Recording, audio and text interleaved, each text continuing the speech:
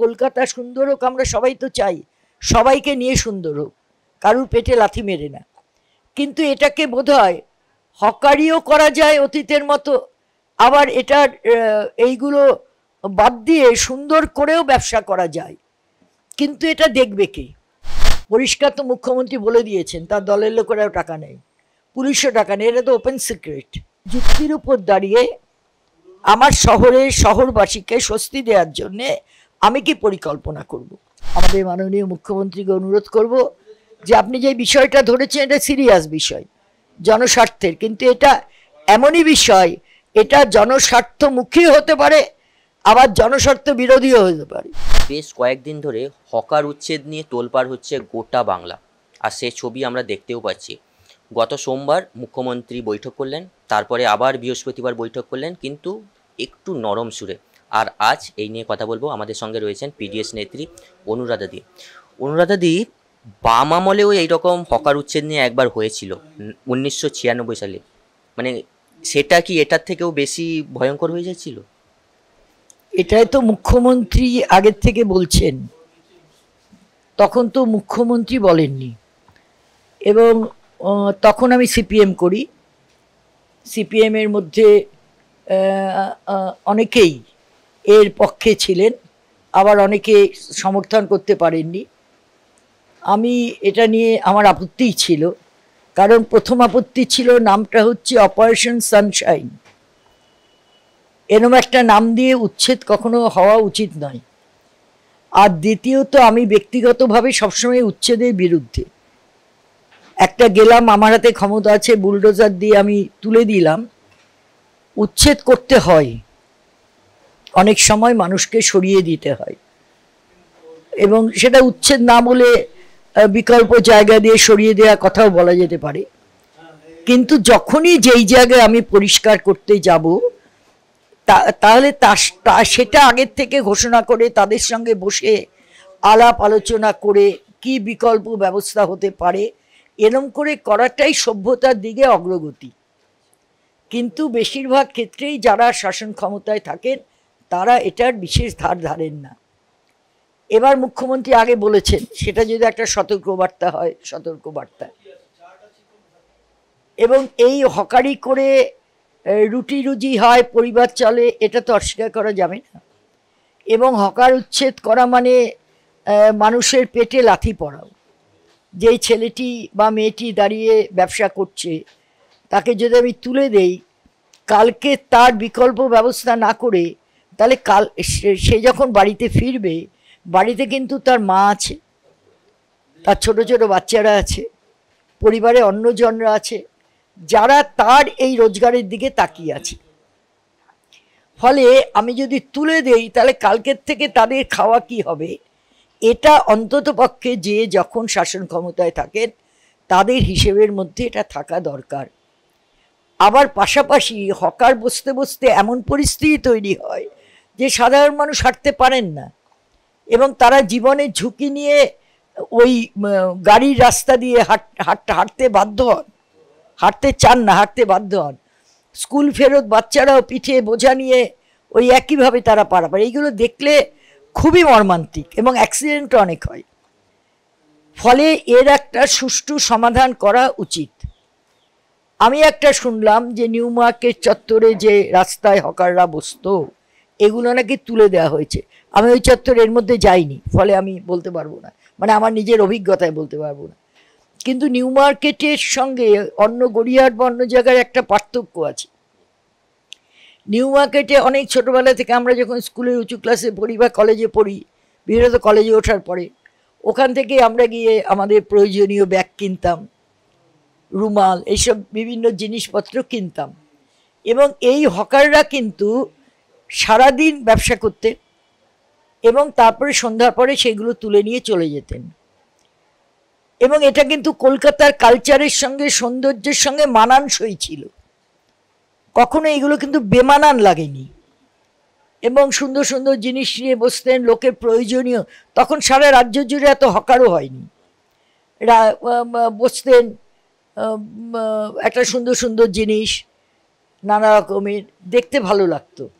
কিন্তু পরে পরে যখন বেড়েছে, বা গড়িয়াহাটে অতীতে যারা বিশেষভাবে যারা উদ্বাস্তু মানুষেরা, তারা গড়িয়াহাটে হকার, এই দুটো জায়গায় তো হকারের বড় জায়গা ছিল, গড়িয়াহাটে হকারদের কাছ থেকেই তো জিনিসপত্র কিনতাম, এখনও কিনি, অনেক প্রয়োজনীয় জিনিস সেগুলো হকারদের কাছ থেকেই পাওয়া যায়, কিনি।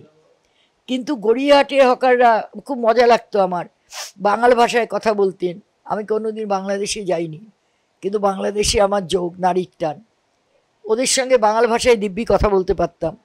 এই সব কিছু মিলে আমাদের অনেকের কাছেই গড়িয়াহাটে হকার মার্কেটটায়, মার্কেট তখন বলা হতো না, কিন্তু হকাররা রাস্তায় বসে বিক্রি করছেন, সস্তায় পাওয়া যায়, এইগুলো একটা ব্যাপার ছিল। কিন্তু ক্রমশ ক্রমশ ওই যে অপারেশন সানশাইন হওয়ার পরেও রাস্তা তো মুক্ত হলো না, রামের জায়গায় শ্যাম গিয়ে বসলো। দিদি সেটা কি আদৌ সফল হয়েছিল? যেটা আমার তো মনে হয় না, দৃশ্য তো আমি সফল হতে দেখিনি।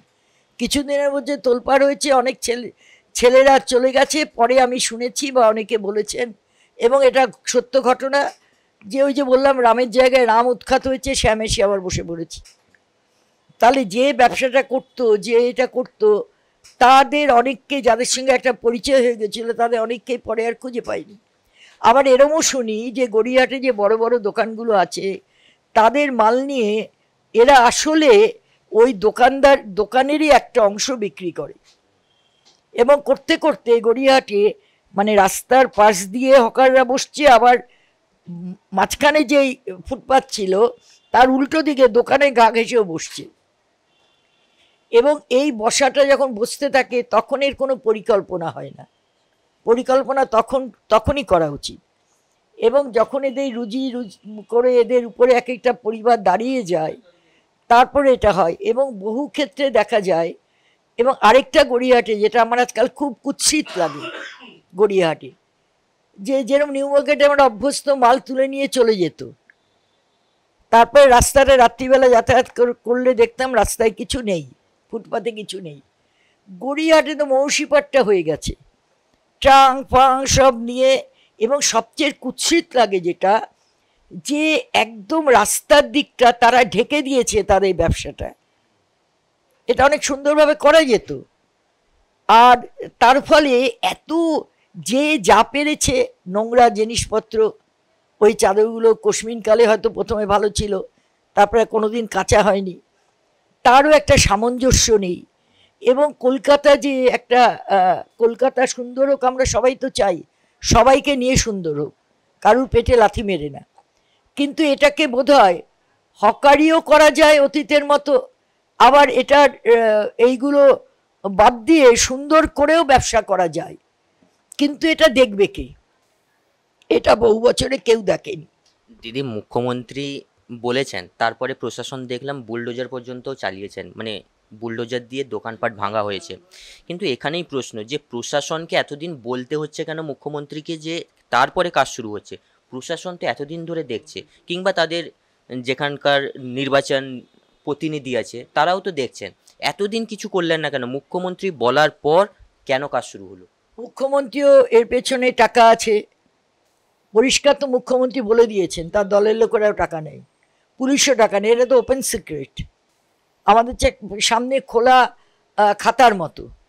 যে যেখানে আছেন সরকার পরিচালনায় নির্বাচিত হচ্ছেন, তাদের হক হয়ে যায়, তাদের হক হয়ে যায় এখানে টাকা দিয়ে লোক বসানো, এবং পুলিশও তোলাতোল, এগুলো তো কোনোটাই কোনো আপত্তি, মানে কেউ জানি না এরকম আমরা বলতে পারবো না। যদি বলি জানি না, তাহলে বলতে হবে যে আমি কলকাতায় বাস করি না। দিদি আপনি যে কথাটা বললেন যে মুখ্যমন্ত্রী জানেন, মুখ্যমন্ত্রী স্বয়ং তিনি বক্তৃতা দেওয়ার সময়ও বলেছেন যে নেতারা মন্ত্রীরা টাকা নিচ্ছেন, কিন্তু তার বিরুদ্ধে ব্যবস্থা নেওয়া হচ্ছে, এটা কি মিডিয়ার সামনে বলা হচ্ছে, নেওয়া হচ্ছে নয়তো? মিডিয়ার সামনে বলছেন, যদি তিনি না ধরতে পারেন, এটা তো একটা উৎসাহ তৈরি করেছে যে উনি এটা মানুষের কাছেও ফুটপাত কিছুটা তুলে দেবেন। এবং এটা বলে দেওয়া মানে খালি উৎখাত করে জীবিকা নষ্ট করা, এদের সুসামঞ্জস্য করা, অর্থাৎ এদের জন্য একটা বিকল্প মার্কেট তৈরি করা, এগুলো তো রাজ্য প্রশাসককেই নিতে হবে।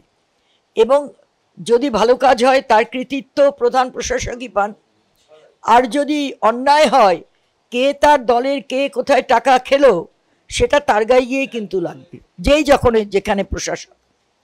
ফলে মুখ্যমন্ত্রী যখন বলেছেন এটা একটা উৎসাহ তৈরি করেছে, তুমি ঠিকই বলেছ, আমারও ভালো লেগেছে।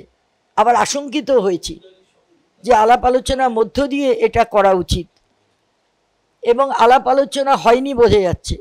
শুরুতে আমরা যা কাগজে যা দেখলাম, হকার সংগঠনগুলো, সংগঠনই বলতে হবে, বা ওই এলাকায় ছোট ছোট মিটিংও হতে পারে, হকারদের কাছ থেকে সবাই যে সংগঠনে স্বতঃপ্রণোদিত হয়ে থাকেন তা তো নয়। চাপে তাপে ভয় ভক্তিতে, কেউ ভক্তিতেও থাকেন, কেউ ভয়েও থাকেন। ফলে যেই হকারটি, একক হকারের বার্তা কিন্তু ইউনিয়নের মধ্য দিয়েও প্রশাসনের কাছে যায় না, এবং যেই হকাররা কে থাকবেন কে থাকবেন না এটাও নির্ভর করে কে কত কাছের, আবার কে কত টাকা দিতে পারবেন। এই সব প্রশ্নগুলো কিন্তু গুলিয়ে আছে, একদম জটপাকি আছে। ফলে সেই জট ছাড়াবে কে? দিদি আপনি বললেন আলাপ আলোচনা করা উচিত ছিল। আরও একটা প্রশ্ন রয়েছে, পরিকল্পনার কি অভাব ছিল? কারণ বললেন মমতা বন্দ্যোপাধ্যায়, তারপরে শুরু হয়ে গেল কাজ, প্রায় বলা যেতে পারে 2 ঘন্টার মধ্যে কাজ শুরু হয়ে গেল। পরিকল্পনাটাই করা কি আগে থেকে উচিত ছিল না? মানে আলোচনা, পরিকল্পনা। নিশ্চয়ই। আমি যখন কাজে, এই জন্যই তো বললাম, আমি যখন কাজে নামবো, এটা আমার কাছে একটা সমস্যা। এই সমস্যাটা হয়েছে, হ্যাঁ পুলিশ টাকা নিচ্ছে, আমার দলের লোক টাকা নিচ্ছে, এটাও একটা সমস্যা। কিন্তু উনি তো এখনো কঠোর হাতে করবার মতো কি দলের মধ্যে, কি প্রশাসনে উনি কঠোর হাতে ভূমিকা নিতে পারেন, এটা অন্ততপক্ষে মানুষ বিশ্বাস করেন, আমিও করি, যদি উনি কঠোর হতে চান। কারণ অন্য অনেক দলে যেটা, বা বাম দলে যেরকম অনেক স্তর থাকে, এটা তো নেই। যেখানে এককেন্দ্রিকতা, সেখানে এইগুলো করতে হয়তো কখনো কখনো সুবিধে হয়। তাহলে যেখানে এইগুলো সুবিধে, সেই সুবিধাটা গ্রহণ করা উচিত। তাহলে এর পরিকল্পনা আমি চোখে দেখছি, আমি কলকাতাবাসী দেখছি। তাহলে আমি এটা আগের থেকে পরিকল্পনা করব না কেন? এবং এক একটা এলাকার সরাসরি হকারদের অনেক সময় ছিল, একদম আমি বলছি খালি ইউনিয়ন বা খালি জনপ্রতিনিধি নয়, একেবারে যেখানে হকাররা আছেন, মুখ্যমন্ত্রী কত সময় যেত? কয়েক ঘন্টা। যদি অনেক জায়গায় সর্বত্র রাজ্যে যেখানে যেখানে আমার ভীষণভাবে মানুষ ক্ষতিগ্রস্ত হচ্ছেন, বিপজ্জনকভাবে ঝুঁকি নিয়ে মানুষের চলাফেরা করতে হচ্ছে, সেই জায়গাগুলো সেখানকার হকারদের নিয়ে কথা বলা যেত, বা একটা টিম তৈরি করে দিতে পারতেন যে তোমরা কথা বলে এই প্রশ্ন ওরা কি বলে এটা আমার টেবিলে আনো। সেই টেবিলে বসে দেখে তারপরে তিনি পুলিশ কর্তাদের নিয়ে, বা সেই জায়গায় তার দলের জনপ্রতিনিধি, সবই তো প্রায় তার দলের, অন্যরা আর কে আছে। আর যদি কোথাও বিরোধী দলের কেউ থাকেন, তাদের নিয়ে এটা খোলামেলা আলোচনা। এটা তো আমাদের কারুর কোনো ব্যক্তিগত ভালো মন্দের বিষয় না, রাজ্যের ভালো মন্দের সঙ্গে সম্পর্কিত। এটা করে তারপরে নামা উচিত ছিল। এটা একটা, তারপরে হকাররা গেলেন, তারপরে একটু নরম হলেন। তার মানে লোক এখন এটার একটা সম্ভাবনা থেকে যায় যে প্রথমে আমি ভয় দেখালাম, ভয় তারা বিভ্রান্ত হলো, তারপরে আমি তাদের একটু স্বস্তি দিচ্ছি, তাহলে যাদের আমি উৎখাত করবো বা করবো না সেই অংশটা আমার সঙ্গে থাকবে। এই যে একটা গণতন্ত্রে আমাদের দেশে, হয়তো এটা না হলেও বেশ কিছু লোকের মধ্যে এই প্রশ্ন কিন্তু উঠে যাচ্ছে, আলোচনা হচ্ছে, যে একবার উনি বললেন, বলে এদের ভীতি তৈরি করলেন, তারপরে হচ্ছে এদের আবার এমন করে নরম করলেন। তো কোনো মানে নেই, নরম গরমের কোনো ব্যাপার নেই। ব্যাপার হচ্ছে যুক্তির উপর দাঁড়িয়ে আমার শহরবাসীকে স্বস্তি দেওয়ার জন্যে আমি কি পরিকল্পনা করব। দিদি, মুখ্যমন্ত্রী 1 মাসের সময় চেয়েছেন যে এটা ঠিকঠাক করার জন্য। আদৌ কি সম্ভব 1 মাসের মধ্যে? আবার যদি এই যে বললেন দোকানপাট, বিশেষ করে নিউ মার্কেট বা গড়িয়াহাট যে বাজারগুলো রয়েছে, সেগুলো প্রায় বলা যেতে পারে আর কয়েকটা সপ্তাহের পর শুরু হয়ে যাবে পুজোর বাজার, সেখানে তো প্রচুর মার্কেট ক্ষতির মুখে পড়তে হতে পারে। হবেই। এই সময় যারা অলরেডি টাকা তো দিয়ে বসে আছে মাল তুলবে বলে, এখন যদি এই ধাক্কাটা তারা খায়, তাহলে অনেককে আত্মহত্যার দিকেও চলে যেতে হবে। ফলে সবগুলো ভাবতে হবে, এবং এইখানে কিন্তু হকারদের তাদের রুজির ব্যাপারটাকেও গুরুত্ব দেওয়া খুব জরুরি। আবার নাগরিকদের তাহলে আলাপ আলোচনার মধ্য দিয়ে কতটা সরিয়ে রাস্তা তৈরি করা যায়, যেখান দিয়ে আবার মানুষকেও স্বস্তিতে হাঁটতে দিতে হবে। ফলে এই সবগুলো একটা কম্বিনেশন করে করা যায় না এটা আমি মনে করি না। করার জন্যে যে ধৈর্য, করার জন্যে যে পরিকল্পনা, করার জন্যে যে বিবেচনাবোধ এবং করার জন্যে যে দায়বদ্ধতা, ভালোবাসা। আমি একজন হকারকে চিনি না, কিন্তু আমার উপর যে দায়িত্ব থাকে তাদের সুষ্ঠু বিলি বন্টন করা, তাহলে সেও তো আমার ভালোবাসার গণ্ডির মধ্যে এসে যাওয়া উচিত। ফলে এরম করে করতে গেলে কিন্তু আমার মনে হয় এমন কোনো পরিস্থিতি নেই যে সেই পরিস্থিতিতে একটা হল্লা গল্লা করে আটকে দেওয়া হবে, এটা আমার মনে হয় না।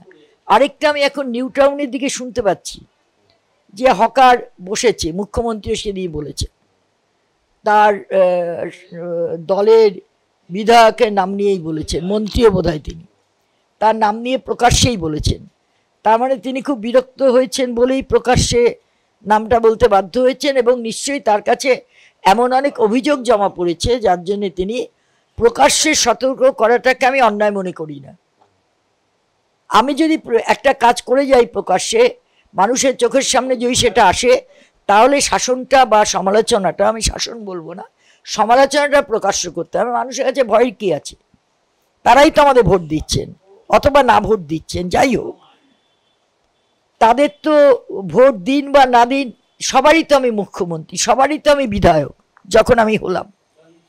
সেই জায়গায় আমি একটা খবর শুনছি যে নিউ টাউনে এমন অনেক মানুষ বসেছে যারা পশ্চিমবাংলার মানুষই নয়। এটা তো একটা অবাক কাণ্ড। এটাও নিউ টাউন যখন হয়, সেই সময় যদি বলো, ব্যক্তিগত আমি তখন সিপিএমে ছিলাম, আমি এই পরিকল্পনাকে আমি সমর্থন করিনি। এটা ব্যক্তিগত, কিন্তু আমি তো মেজরিটি হতে পারিনি। এটা সরকার করেছে, আমি আমার দলের মধ্যে বলেছি, কিন্তু আমি দলে মেজরিটি হইনি। ন্যাচারালি আমি বলতে পারবো না, যখন মেজরিটি সিদ্ধান্ত করে হচ্ছে তখন এটাকে মেনেই নিতে হবে। কিন্তু আমার বুকে ব্যথা ছিল, কারণ আমি দমদমে বাস করতাম। আমি যখন সংগঠন করতে যেতাম ভাঙড়ে এইসব দিকে, তখন তো আজকের রাস্তা দিয়ে ভাঙড়ে যেতাম না, তখন তো লাউঘাট এইসবের ওপর দিক দিয়ে যেতাম, এবং সবটাই ছিল সবুজ। একেবারে ওই জায়গায় রাজারহাট ছিল একেবারে কৃষি এবং মাছের জায়গা। বড়েরা ছিল যারা মৎস্য ব্যবসা করতেন, মৎস্য চাষি। এদের তো মেজরিটি ছিল সিপিএমের সঙ্গে, একেবারে ওতপ্রোতভাবে এদের অনেকে পার্টি নেতা ছিলেন, পার্টি সদস্য ছিলেন। প্রথমে যখন সল্টলেক উৎখাত হয় তখনও কষ্ট পেয়েছি, দাঁড়িয়ে থেকে কষ্ট পেয়েছি। তখন আমি পার্টি সদস্য, যখন ওই বড়দের তাদের সুকান্ত কলোনি হচ্ছে, চোখের জল ফেলে তারা গেছে, এবং তারা সিপিএম করতেন, সরকারি দলের লোক বলে তারাই সিদ্ধান্তটাকে মেনে নিয়েছেন, বুকে কষ্ট পেয়েও। আর রাজারহাটকে যখন ওই নগরী হয়েছে, ঠিক আছে, একটা নগরী হয়েছে সাংঘাতিক, কিন্তু কত লোকের রোদ চলে গেছে, রুজি চলে গেছে, ভিখারিতে পরিণত হয়েছে। তাদের জন্য কি বিকল্প ব্যবস্থা করেছে? হয়নি। আজকে যদি সেখানে দোকান বসে, এটা আগের আমলের অন্যায়, আর আজকে যদি দোকান বসে, তাহলে টাকা নিয়ে যার থেকে আমি বেশি টাকা পাচ্ছি তার থেকে নেব, এটা হওয়া উচিত না। তাহলে ওখানে পরিকল্পনা করা উচিত ছিল যে হ্যাঁ, আগে উচ্ছেদ হয়েছে, তার জন্য দায়িত্ব চলে যায় না, বা আমি দায়িত্ব নিলেও পারি, না নিলেও পারি, কিন্তু আমি যদি দায়িত্ব নেই তাহলে আমি নিশ্চয়ই অনেকের চেয়ে অনেকটা এগিয়ে থাকবো। তাহলে সেই এলাকার ওই অংশের মানুষের কিছু পুনর্বাসন যদি হতো, তাদের যদি এই ব্যবসায় পৌঁছে দেওয়া যেত, ব্যবসা করার অধিকার দেওয়া যেত, তাহলে এটার একটা সুন্দর একটা ব্যবস্থা হতো।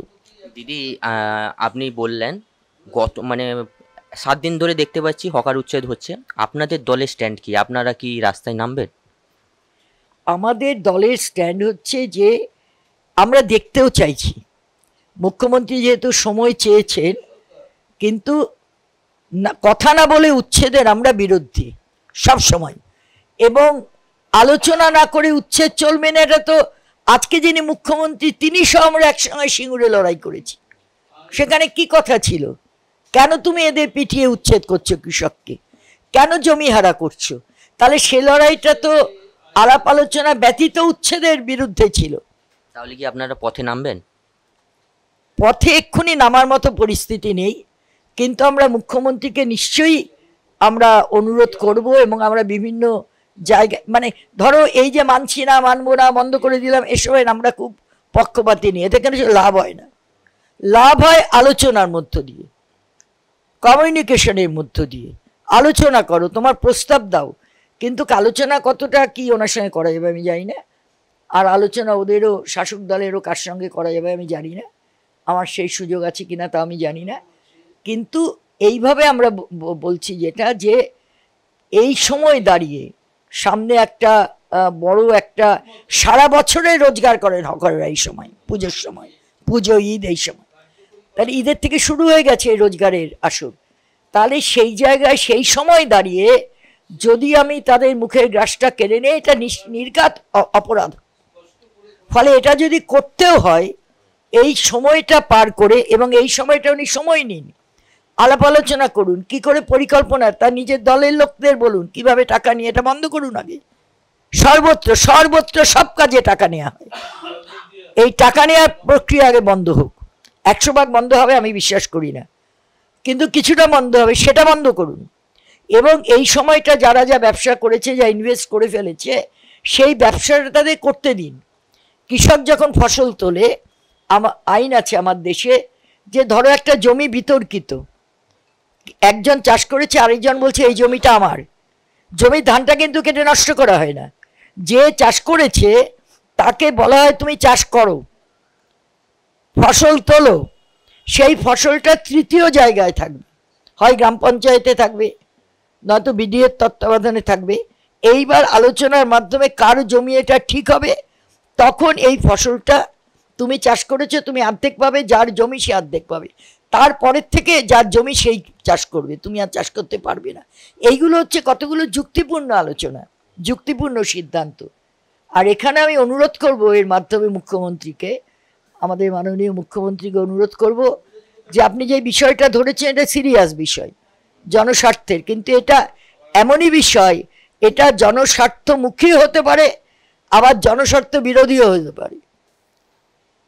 ফলে সেইখানে দাঁড়িয়ে অন্তত পুজো পর্যন্ত এদের ব্যবসা করার সুযোগটা আপনি দিন, এবং দ্বিতীয়ত আলাপ আলোচনা করুন, হকারদের টিম করে করে আপনি একটা গ্রুপ করে দিন, টিম করুন, করে হকারদের সঙ্গে তারা সরাসরি বসুক, শুধু ইউনিয়ন বা জনপ্রতিনিধি না, সেটাই জল থাকবে, সেটাই কিছু এগোবে না।